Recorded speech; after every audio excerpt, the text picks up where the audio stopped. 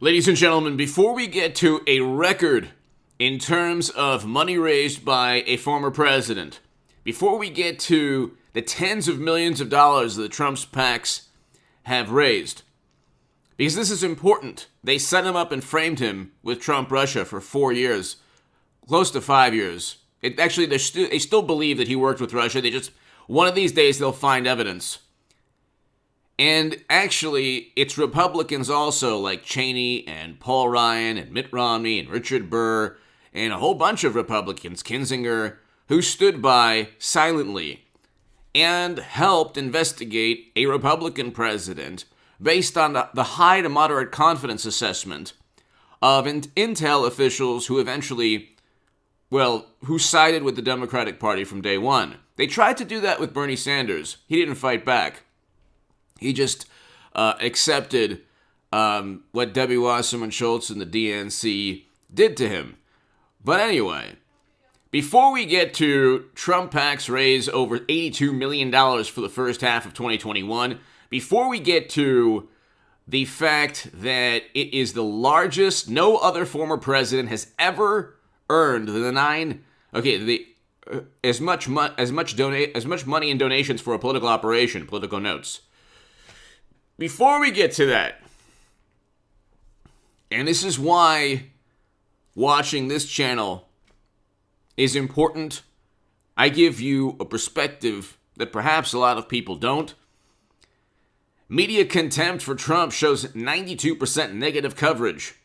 Investors.com 2018, 92% negative media coverage. Evening newscasts are negative about Trump. Fox News 2020. NPR 2017. Washington Post 2017. 91% of recent network coverage has been negative. 91%. Washington Post in 2017 published a story where 91% of media coverage on Trump was negative. In 2017, they didn't give him a second to be treated as a president, or they gave him no time to actually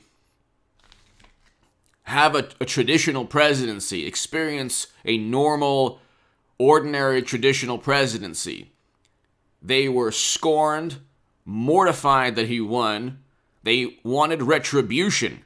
This is about emotion. If you watch this channel, I've been telling you for a long time, there's no longer a battle for information. When they talk about misinformation, they're not actually referring to misinformation. They're talking about emotions they don't want you to feel and emotions that they want you to feel. They want you to be suspicious of Trump.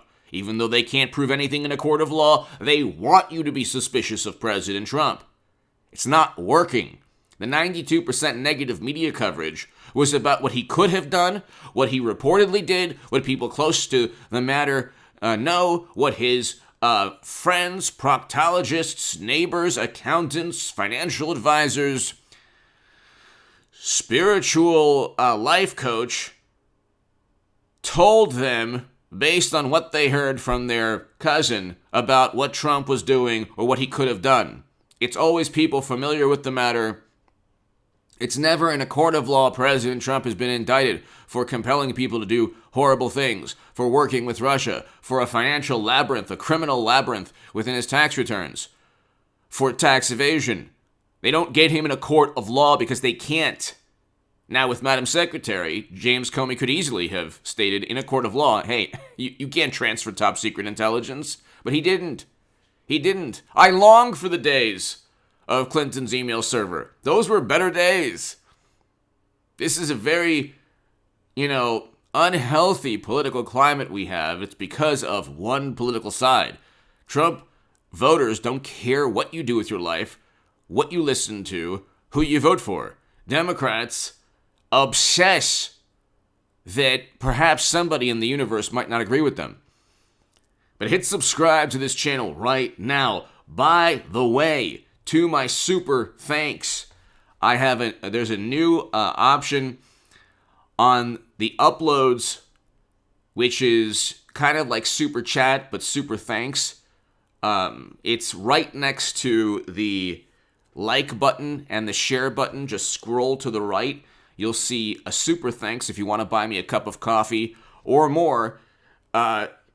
You can do so on super thanks and support this channel. I don't have $20 million in venture capital funding like some people who are facing a discrimination case right now. But here, I will thank everyone personally. Cynthia McCarter, thank you so very much. I hope you're having a fantastic weekend. Thank you, Cynthia. Cynthia McCarter. And I did thank the people in prior segments who gave, but this is Cynthia McCarter. Thank you so very much on my last upload. So if you want to support the channel, super thanks is below. It's like super chat for the uploads, right next to the like button. The live stream last night was fantastic. I'll have a live stream tonight at around 10:15 p.m. Pacific. So be here for the live stream. about 10 p.m. Pacific. Ladies and gentlemen, he got $82 million. Trump raised $82 million. I normally wouldn't care, like, if the DNC, Democratic Party, raises this type of money. Major League Baseball moved. Why? Because of Democratic Party talking points.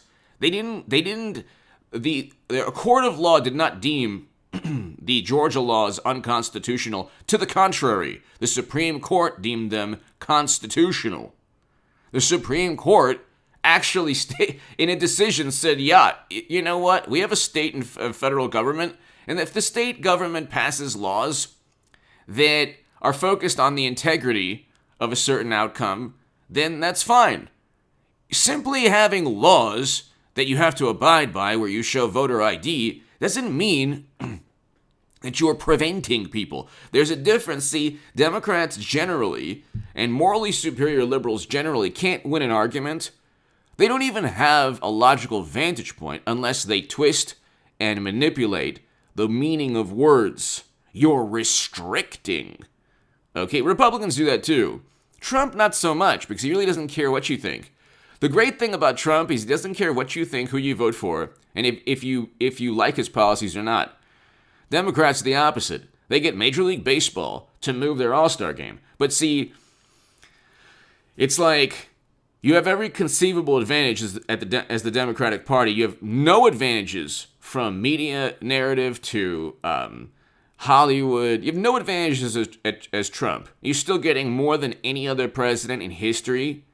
But for Democrats to actually have an argument, you have Texas Democrats fleeing the state under the guise of some kind of noble historic protest, which is really about politics. They want to win. If they feel there are what they view as restrictive laws where people have to actually prove that they live in a certain location, God forbid, or they have to prove who they are, God forbid, then they'll lose. That should tell you something about the Democratic Party. But everyone has ID. Everyone in this country has ID. To say that people don't or certain groups don't, that actually is a prejudicial statement. But again, you're dealing with...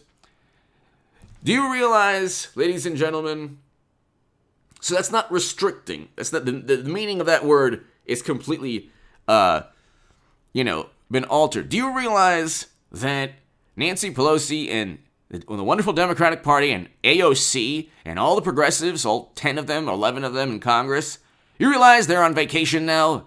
You realize they spent a week on a commission with Adam Kinzinger crying when he didn't cry about $1 to $2 billion in property damage, actually more than that was insured, and 25 lives lost, according to Wikipedia. You realize that the eviction moratorium has ended, that we're going to have tens of thousands of people, thousands of families throughout the country who will be homeless because Democrats gleefully tanked the economy because of safety and scientific principles that said you must tank the economy. You didn't have to tank the economy. It was wrong when President Trump did that initially, but he wanted to open up the country in May of last year, and that's why he won. That's why he won. He raised more money than any president in history. That's why he raised more money than any president in history. Because he offers a different vantage point. And I don't want to say this, but when the eviction moratorium is now over, people are going to be evicted. It's virtually 100% the fault of one political party run by Nancy Pelosi. They're the ones who pushed for this. The end of American society. You didn't have to do that. You didn't have to do any of that. You could have had reasonable, rational protocols and safety measures. You didn't have to end society as we know it. And people didn't listen anyway. But anyway, give me your thoughts below. Hit subscribe right now. Thank you. And be here at 10 p.m. for the live stream. And also, if you want to support this channel, my super thanks is below next to the like button to the right. And I will thank you in the next episode.